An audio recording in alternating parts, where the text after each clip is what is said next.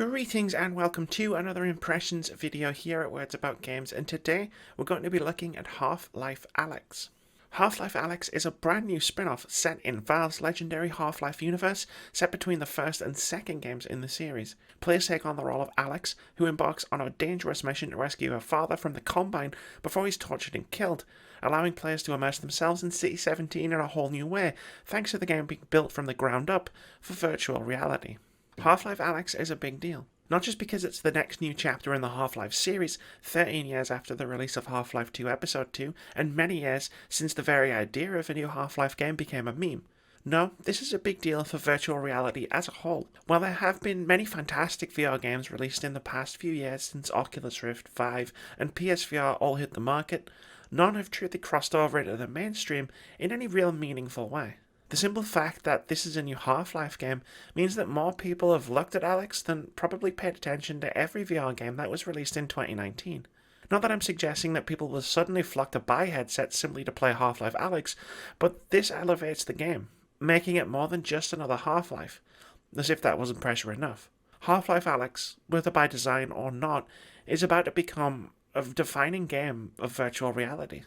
And maybe people should flock to buy a virtual reality headset for this. It's an incredible game.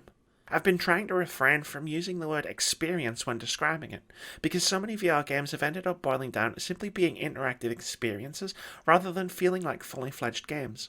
Half-Life Alyx doesn't feel like this.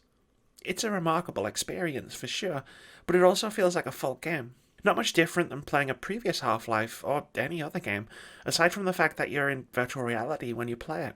The core of Half-Life Alyx is solid. It's a first-person shooter with equal amounts of action and puzzle solving. Shooting feels satisfying. The guns themselves feel like they have real weight to them. Not least of which is because they're real physical objects you hold in your hands. Even something as simple as reloading plays into this. You need to eject your empty magazine, manually load a new one, and pull back on the slide. And you need to actually aim down the iron sights. This makes shooting enemies a little more haphazard. When things like aiming and reloading are done with analog sticks and button pushes, they're fairly automated. Unless you've been trained to use a gun, it's a wholly new skill to learn, and certainly a new way to interact with the Half-Life game. Blasting a headcrab in midair or taking down a room full of zombies is thrilling. Even the simple act of reaching into your backpack, slotting some shells into your shotgun, flicking it to close it, and cocking it is immensely satisfying. And utterly terrifying. Early sections of the game rely on making your way through the quarantine zone, an already unnerving place full of cramped corridors and overrun with grotesque growths. In VR, your uneasiness is heightened. Add into the mix headcrabs, who are literally jumping towards your actual face, and there have been moments where I've forgotten how to function as a human being, never mind how to move or aim or reload a gun. The game eases up on the survival horror intensity somewhat after a few hours, but the first few chapters are genuinely some of the most intense horror I've experienced in years. The shooting begins to feel even better once you start fighting enemies who shoot back. Half-Life Alyx eases you into its gameplay before you encounter Combine soldiers, allowing you time to get to grips with how it works. Once you start getting into some firefights, it's everything I've already described with the added need to take cover, which is always an interesting experience in VR, as you physically duck behind whatever cover is available and take part in shootouts that feel exhilarating. And that's before mixing in some truly wonderful environmental touches, like being able to pick up and throw explosive barrels at enemies, shooting them for quick and explosive kills. During one firefight with some Combine soldiers where I was using a car for cover, I was able to open the car door and give myself an entirely new angle of attack. It works both ways, and there have been times where I've needed to dodge barrels that have been launched at me by shambling zombies, or, amazingly, been able to catch them in midair with enough forethought. The physics of Half-Life Alyx are second to none. The things that you can do or see in this game have actually blown my mind from time to time. During one section of the game, I was able to hold a barrel lid in my left hand and use it as a shield, deflecting incoming headcrabs who were trying to jump on my face. You can also catch them in buckets, which is something I never managed to do myself. And forget shooting crates to access whatever goodies are inside, you can just pick them up, throw them off the wall and smash them.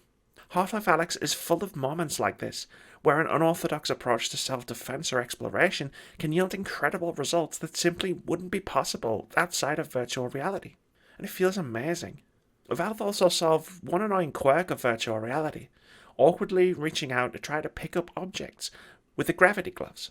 You can now target any object in the environment and with a flick of your wrist send it towards you and catch it, which always feels incredibly cool.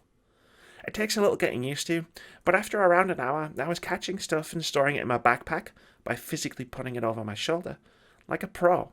It never gets old. Half-Life Alyx also kind of solves the movement conundrum that's plagued first-person VR games past by simply including all of them. There are a suite of movement options available for you, depending on your personal preference and level of comfort, from teleporting to continuous movement, with options for how you want your direction to be tracked or how you want teleportation to work. There's legitimately something in here for everyone.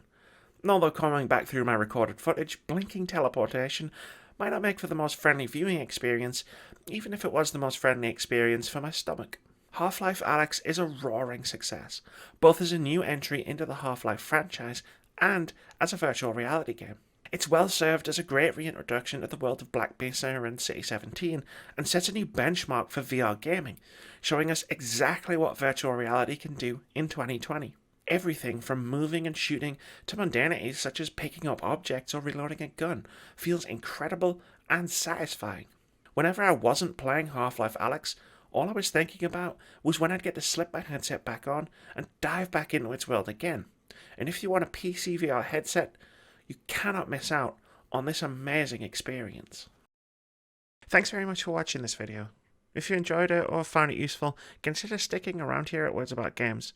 Our content includes review impressions of games big and small, a weekly podcast dedicated to discussing the happenings in and around the games industry, weekly opinion videos, reactions, debate-driven top 5 and top 10 lists, a regular Hall of Fame series where we discuss our favourite games, and indie game spotlights.